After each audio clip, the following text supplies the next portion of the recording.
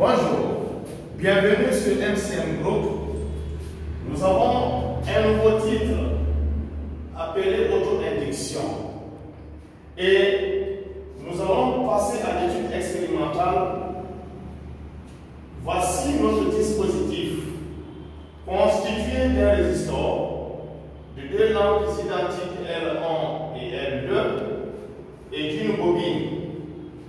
Mais, comme nous le constatons dans ce montage ici, le résistor et la lampe L1 sont sur la branche AB. Et tandis que la branche CD porte la bobine et la lampe L2. Mais les deux branches AB et CD sont montées en dérivation, le tout alimenté par un générateur. Et pour cette expérience, d'abord, avant de passer à l'expérience, nous devons savoir que le générateur ici, son rôle c'est d'alimenter le circuit. Et lorsque, pour la première expérience, nous fermons l'interrupteur, un courant circule à travers le circuit. Et voici, nous allons schématiser le sens de parcours du courant. Voici le courant I, arrivé ici au niveau du nœud. Et là, un courant I1 passe dans la branche AB. Et dans la branche CD, nous avons le courant I2. Et ainsi de suite. Voilà. Mais qu'est-ce que nous constatons? Qu'est-ce que nous observons? Lorsque l'interrupteur est fermé, la lampe L1 s'allume immédiatement. Mais tandis que la lampe L2 s'allume progressivement. J'espère que cela, je dis bien, lorsqu'on ferme l'interrupteur, immédiatement la lampe L1 s'allume, mais la lampe L2 accuse un retard pour s'allumer. Elle s'allume, mais de façon progressive. Et ensuite, on ouvre l'interrupteur, ouvrons l'interrupteur. Et nous savons que lorsque nous ouvrons l'interrupteur, on provoque la rupture du courant dans le circuit. Et qu'est-ce que nous observons? La lampe L1 s'éteint encore aussitôt, c'est-à-dire immédiatement elle s'éteint. Tandis que la lampe L2 ne s'éteint pas aussitôt, mais elle s'éteint progressivement. Donc la luminosité diminue petit à petit, jusqu'à ce qu'elle s'éteigne. Donc, de ces expériences, qu'est-ce que nous avons compris et qu'est-ce que nous avons conclu? Et ici, la lampe L1, pendant l'allumage ou bien pendant la rupture du courant, tout est instantané. Elle s'allume automatiquement et elle s'éteint automatiquement lorsqu'on provoque la rupture du courant en ouvrant l'interrupteur. Quant à la lampe L2, elle s'allume progressivement, c'est-à-dire petit à petit, et lorsqu'on provoque la rupture du courant, elle s'éteint aussi progressivement, elle ne s'éteint pas tout d'un coup. Et cela va nous amener à nous poser des questions. Pourquoi la lampe L1 s'allume aussitôt, tandis que L2, ce n'est pas son cas? Et elle s'éteint aussitôt, mais L2 encore accuse le retard. Qu'est-ce qui provoque le retard dans l'allumage de la lampe L2 et dans la rupture du courant encore dans la lampe L2? Pourquoi ce retard? Nous avons encore inversé. Si on essayait d'inverser la bobine, on la plaçait à la place du résistor et le résistor, on le ramène à la place de la bobine, on allait constater que L1 allait accuser un retard dans l'allumage et dans la rupture. Donc, au vu de cette expérience, nous pouvons dire que la bobine est la cause du retard dans l'allumage de L2, elle est la cause du retard dans la rupture du courant dans la lampe L2.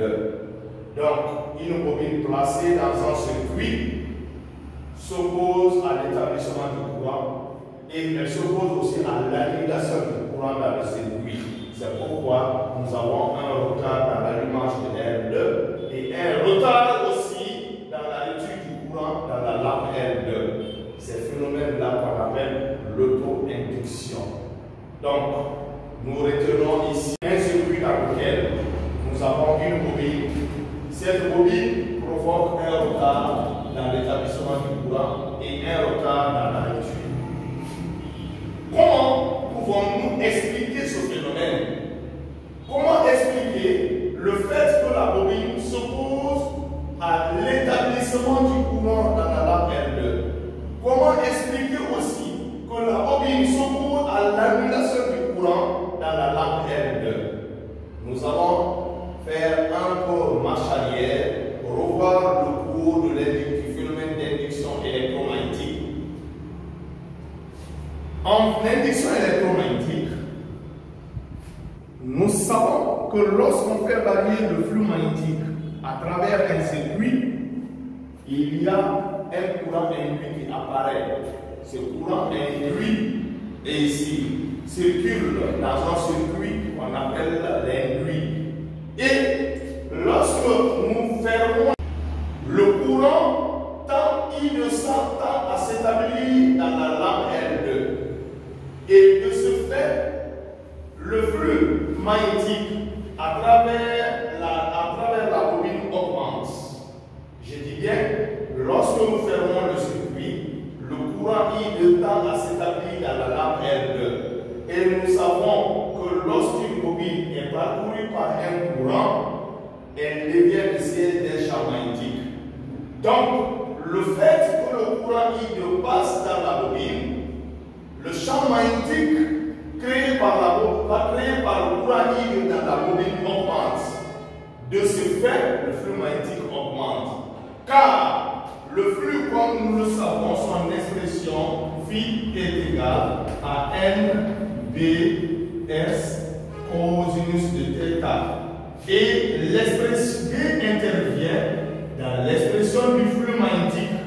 Donc, lorsque le courant I passe dans la bobine, le champ magnétique B augmente. B augmente.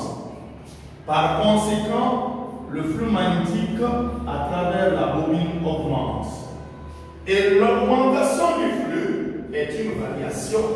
Et cette variation va provoquer la naissance d'un courant induit dans la bobine. Donc, un courant induit va apparaître dans la bobine, mais qui est différent de I2. Et ce courant induit va s'opposer à l'augmentation du flux, c'est-à-dire à la rentrée de I2. Donc, ce qui fait que I2 ici accuse un retard à cause de ce courant induit qui apparaît et qui s'oppose à son entrée. Et cela nous a été dit, d'après Salva, que le phénomène d'induction électromagnétique par ses effets s'oppose à la cause qui lui donne naissance. Donc, le courant induit qui apparaît dans la bobine lors de l'établissement du courant va s'opposer à cet établissement du courant, c'est-à-dire à l'entrée de I2.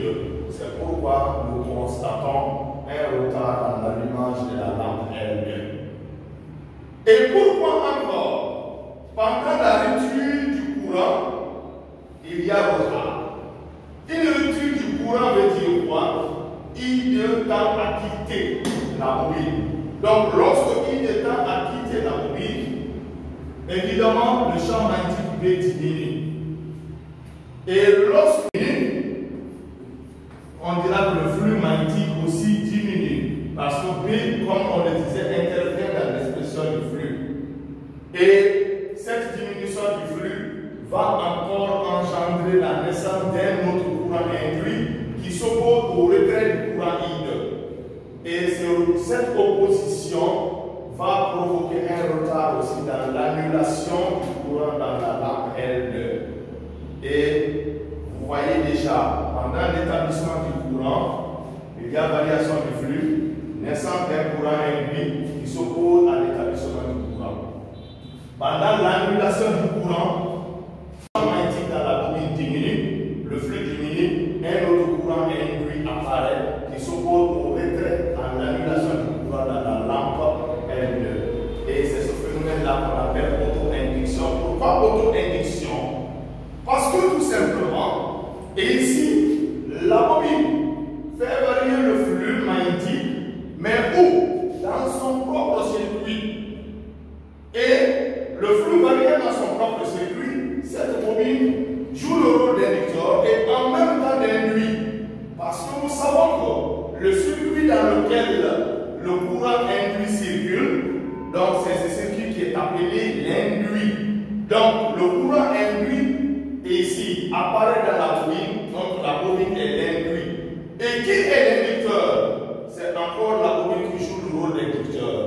Donc pour cela, nous dirons que la bobine joue le rôle à la fois le rôle d'inducteur et le rôle d'induit.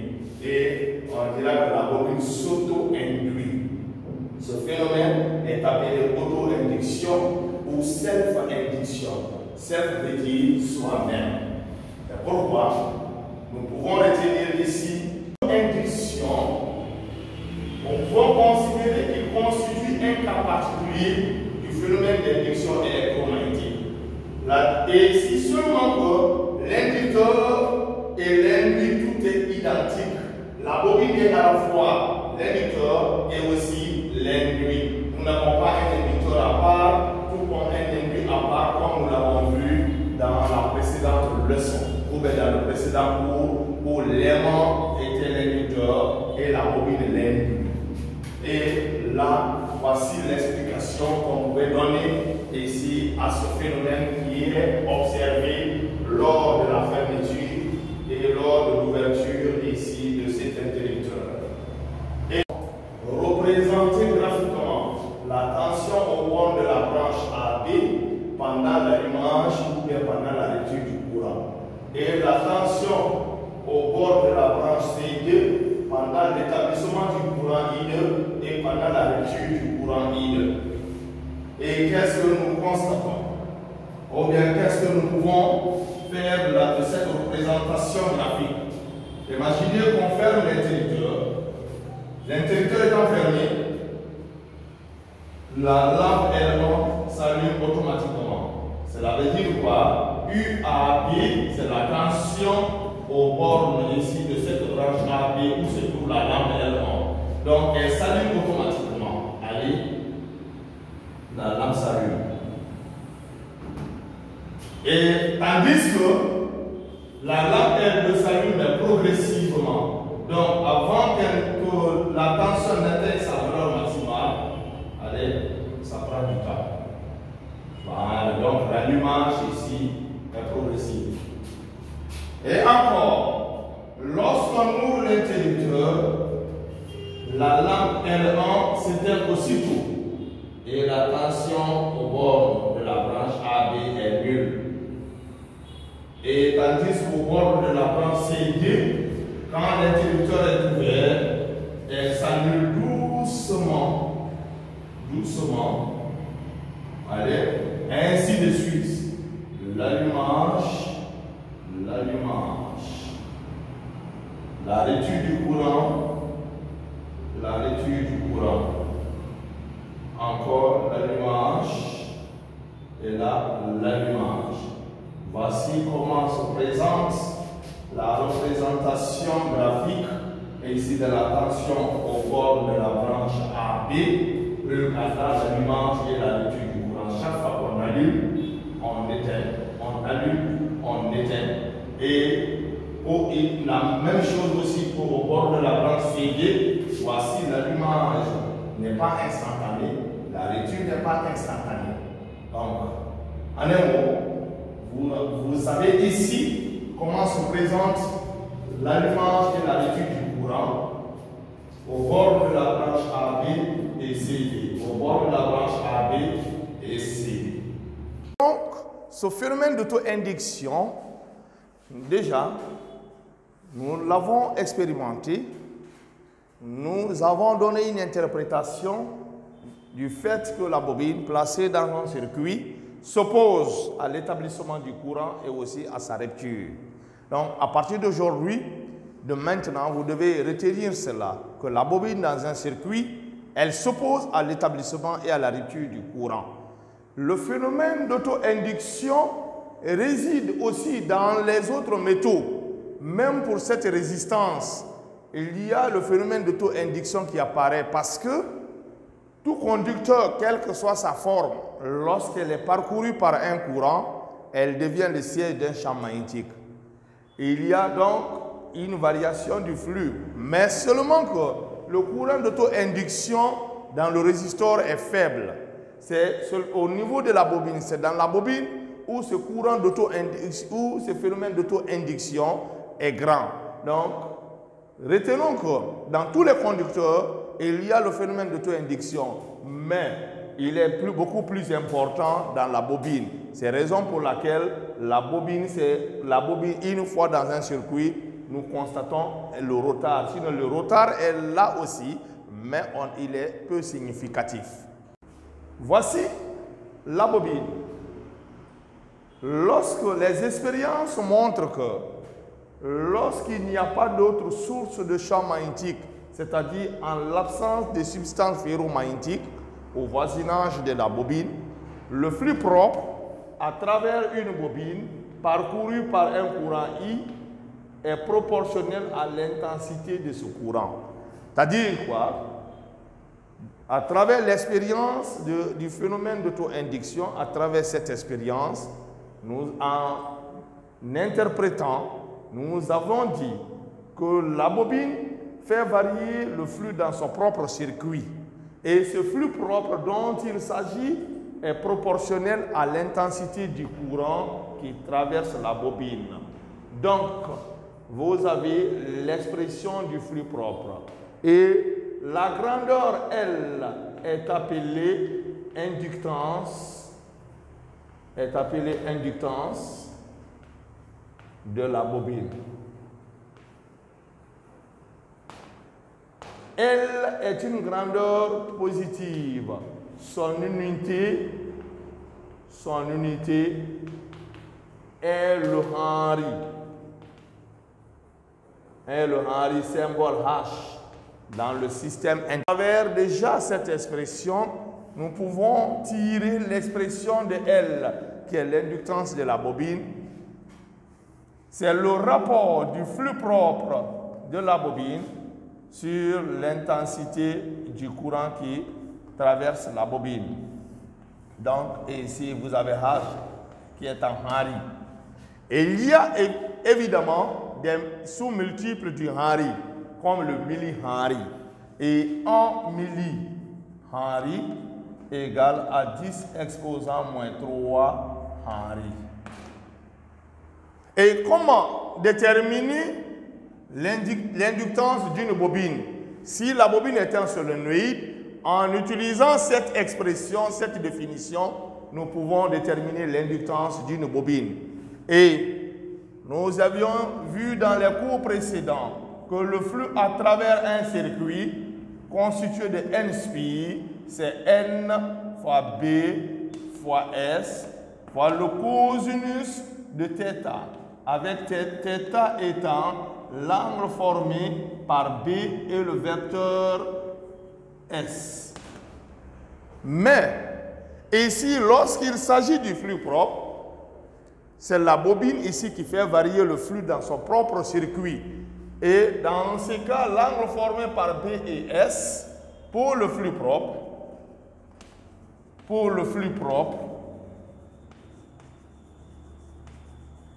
l'angle θ, qui est celle formée par B et S, égale à 0 degré. Cela implique que le cosinus de θ égale à 1. Donc, le flux propre